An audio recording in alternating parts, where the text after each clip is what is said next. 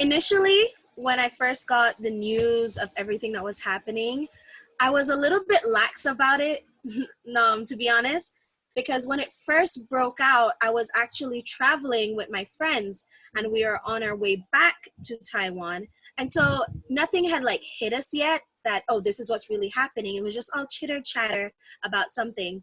But when we actually got into the airports and everyone was freaking out, then it sort of made me a little nervous. The most significant change that I can see is that everywhere you go, you need to have your temperature taken. Every restaurant you enter, every building, you need to wear a mask.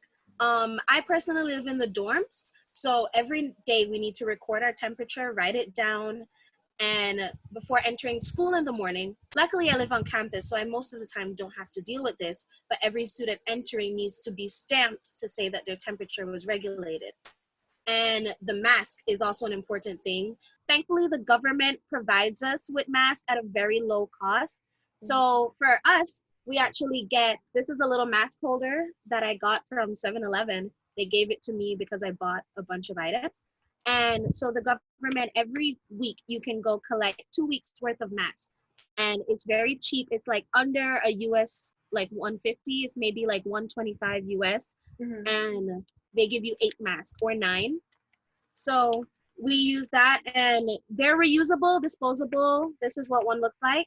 And we just put it on like this and we go about our day. How is the Taiwanese government managing the situation?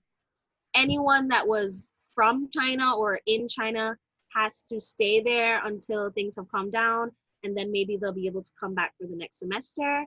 Also, every foreigner that comes in, they have to do a mandatory isolation of like 2 weeks. When I came back in, I was isolated for 2 weeks without showing any symptoms, and then we were able to go back to class.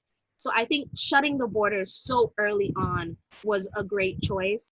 Another thing that was really telling of how good Taiwan was handling it was how willing they were to cooperate with the citizens as well. It wasn't just the government dishing out rules and people being forced to follow them. It was like a conversation, and they judged to see what people would be able to understand and what would work for them. So it was catering to the citizens instead of just, demanding from them.